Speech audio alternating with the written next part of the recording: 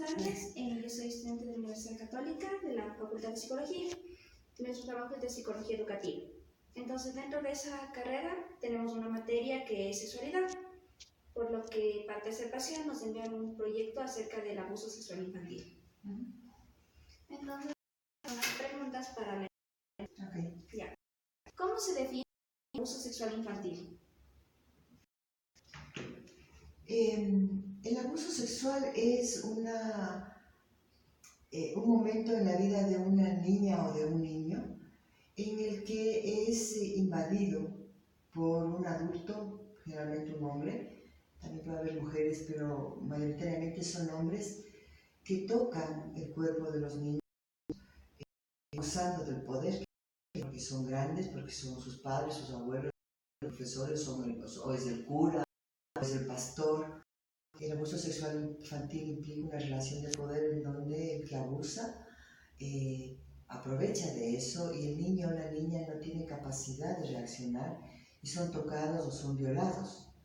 Entonces, el abuso sexual tiene que ver mucho con una situación de indefensión, muchas veces una situación de naturalización del abuso, como podría ser el incesto, que es no está tipificado todavía por el Código Penal, pero el incesto es parte de una anticultura del país. Hay provincias donde hay más incesto, aparentemente, como Manabí, y en general en el Ecuador existe el incesto, que es parte de lo que es el abuso sexual y la violación sexual. ¿En qué región del Ecuador existiría más el índice de abuso sexual? Bueno, nosotros hemos hecho una investigación específica directamente, una información que Manabí podría ser una provincia en donde se produzca más incesto, pero el incesto no quiere estigmatizar una provincia, porque en todas las provincias del país hay incesto, hay abusos. Entonces, quiero decir que en todo el país hay un índice de abuso sexual. ¿Existen organizaciones en el país que trabajan con este tema? Existen organizaciones que enfrentan el tema, existen activistas que trabajan el tema. El mismo Estado lo enfrenta a través de las leyes y de las instituciones como la Fiscalía, los juzgados. Ahora mismo la ley en contra de la violencia, la ley para prevenir y erradicar la violencia en contra de la mujer, enfrenta la violencia más en el territorio porque se la operativiza a través de las juntas de protección de derechos. Entonces hay espacios que enfrentan la violencia. Existe el Pacto por la Niñez y la Adolescencia, que son movimientos, son organizaciones que están trabajando por eso. Entonces en ese marco pues hay muchos espacios que enfrentan el tema. ¿Existe alguna edad específica en la que se produzca el abuso sexual? Pues no existe tomando en cuenta que si me preguntas solo en relación a los niños, el abuso sexual empieza desde muy chiquitos. Hay casos de hombres que han violado niñas casi recién nacidas, de meses, escolares, de jardín de infantes. Los hombres se ha visto que violan en todas las edades, violan a ancianas. Entonces no podría decirte que hay una edad específica. Sabemos, por ejemplo, que hay cada año 3.000 niñas menores de 14 años son violadas y son embarazadas. Ese es un dato, por ejemplo. Pero porque en esa edad el Código Penal define que eso es una violación, y si uno se da cuenta, o sea, en el sistema de salud nos damos cuenta porque las niñas son atendidas en el sistema de salud y todas esas niñas, según el Código Penal, son violadas. Pero claro, si han quedado embarazadas, van al sistema de salud, las atienden. El sistema de salud no denuncia eso, aunque debería hacerlo. Pero es una cifra, por ejemplo, ¿no? que te puede decir la magnitud de un problema en una edad específica, como es entre 10 y 14 años. ¿Se puede identificar a un niño que ha sido abusado? Por supuesto, los niños, de acuerdo a las edades, tienen síntomas de abuso sexual. Los niños chiquitos cambian su comportamiento, tienen miedo del agresor, a la madre o quien está con ellos no sabe por qué, huyen del agresor. cuando son muy chiquitos, ¿no? Hay síntomas de infecciones, hay niños que, niñas que habiendo ya sabido cómo avisar, por ejemplo, cuando van al baño, que no tenían miedo de bañarse, por ejemplo, de que les quiten la ropa, luego tienen miedo de eso.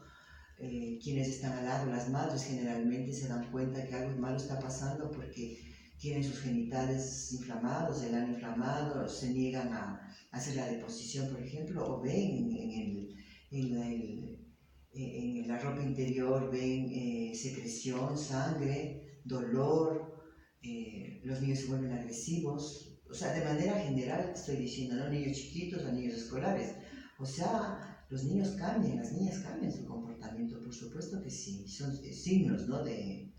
O niños que se sexualizan antes de tiempo, niños escolares que empiezan a coger los genitales de las niñas o empiezan a tocarse sus propios genitales en una especie de masturbación que a la edad que tienen, que son chiquitos, eso no debería presentarse. O niños que derechamente dicen y hablan que el fulano, el papá, el abuelo le está tocando. O sea, maneras de darse cuenta hay muchas. ¿Existe alguna manera de prevenir el abuso?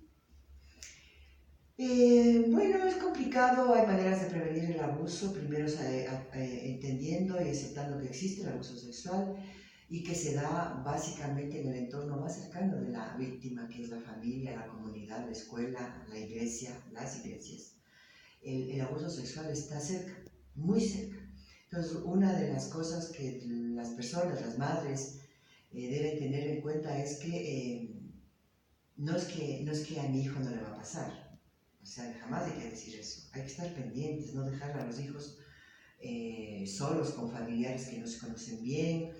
Hay que escuchar a los hijos y creerles.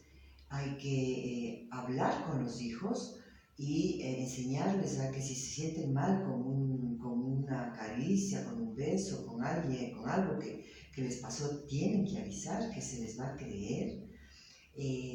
Hay que enseñar a los hijos a no tener vergüenza de los genitales, ni los padres tener vergüenza de que los niños conozcan los genitales de los padres, por ejemplo, el cuerpo desnudo de los padres, porque eso genera confianza en los niños y hay mayor posibilidad de que los niños puedan hablar y no tener miedo, porque si la madre, por ejemplo, o el padre castiga a los niños porque está enseñando los genitales o porque no habla con propiedad, por ejemplo, habla del pipí o del pollito o de qué sé yo, le ponen nombres a los genitales, eso es muy malo porque los niños se confunden.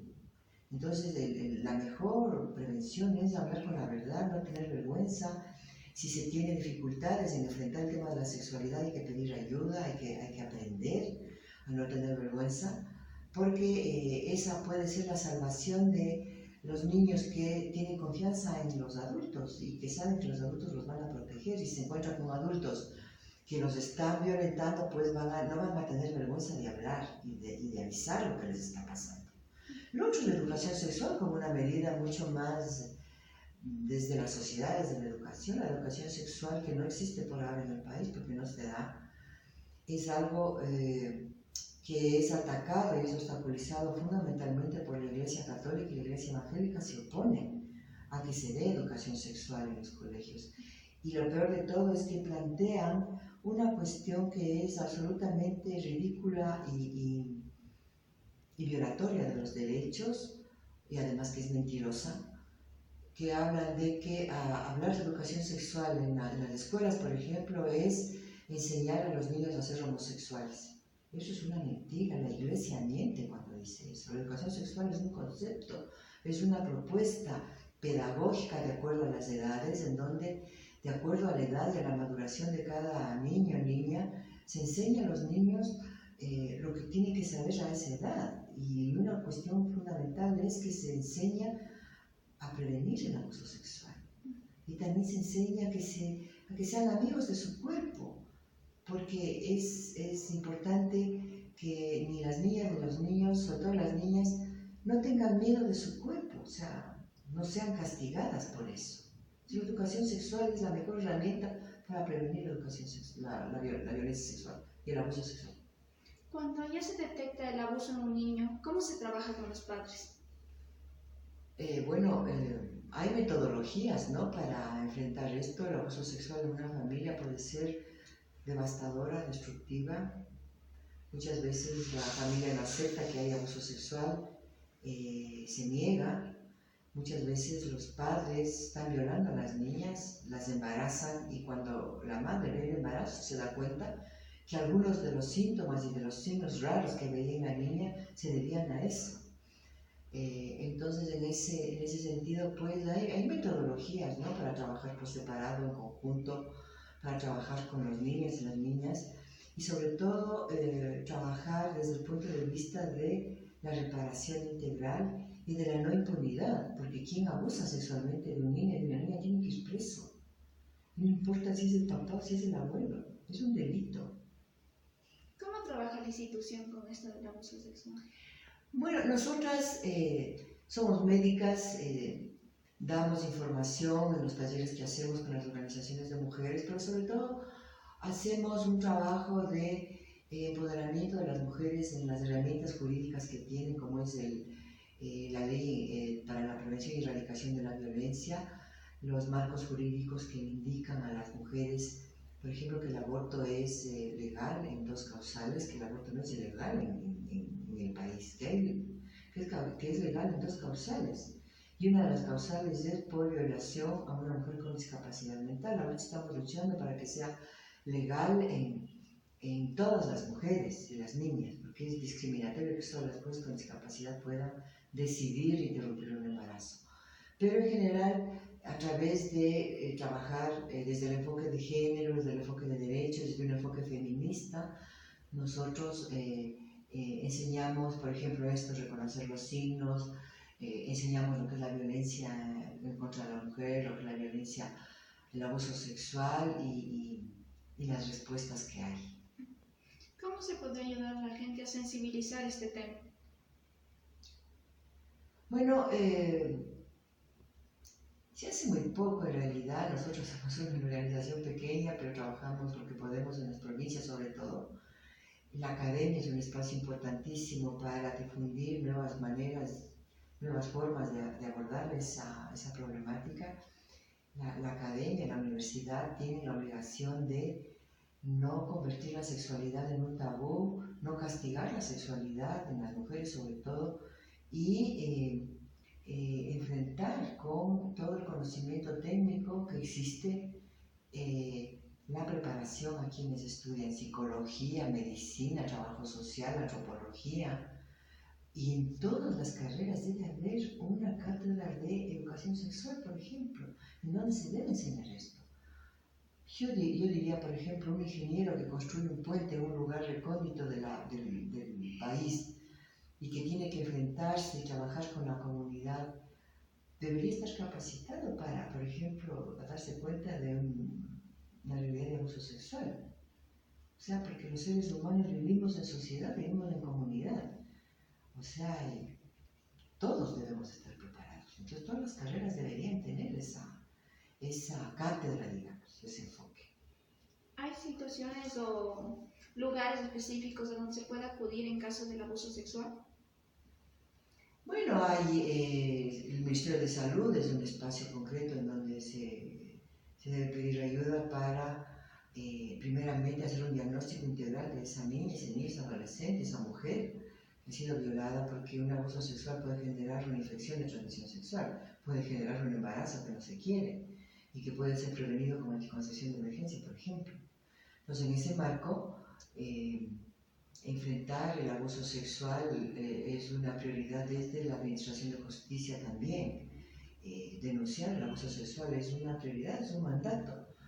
Eso es en el sistema de Administración de Justicia. El sistema educativo tiene que enfrentar las profesoras, los DECES, qué sé yo, la gente que trabaja en un colegio o una escuela, tiene que aprender a diferenciar un niño o una niña abusada de una, que no, miren cuántos escándalos han habido en el país producto de la violencia sexual que estaban viviendo niños y niñas en un colegio de Guayaquil, un colegio en Quito, profesores delincuentes que pintaban las paredes, las ventanas de negro para que no vean lo que les hacían a los niños. O sea, es terrorífico lo que pasa en el país no ha enfrentado de una manera técnica, política, desde los derechos del tema del abuso sexual. O sea, eso está pendiente. ¿Se necesitaría más apoyo del Estado en esta situación del abuso sexual? Se necesita voluntad política para, primero, no dejar en la impunidad a todos los delincuentes y abusadores sexuales que hay, todavía impunes y que están caminando por ahí. Hay curas, por ejemplo, en Guayaquil, el cura Intriago es un cura que anda caminando por ahí. Abusó de varios adolescentes y sigue caminando muy campante. El cura Intriago, el cura Cordero, bueno, yo creo que es un anciano muy enfermo, pero es un cura que fue denunciado en el año 2011 y que sigue ahí impune. Y así hay pastores evangélicos, un pastor evangélico de una iglesia que mató a Juliana Campobel, o sea, la abusó y la mató. Entonces, la no impunidad es una estrategia que debe sensibilizar a la población para disuadir, pero hay que tener respuestas integrales porque el Estado ecuatoriano ya contempla penas para los violadores, para los abusadores, pero eso no disuade al violador. Hay que trabajar desde todo un punto de vista integral en donde los chicos aprendan a defenderse, las chicas aprendan a defenderse, los niños, las niñas entiendan y aprendan cómo defenderse, cómo avisar, cómo denunciar. O sea, es una cuestión integral. Le agradezco mucho por su tiempo y por la información que nos ha brindado para la decisión del trabajo. Okay. Mucho gusto.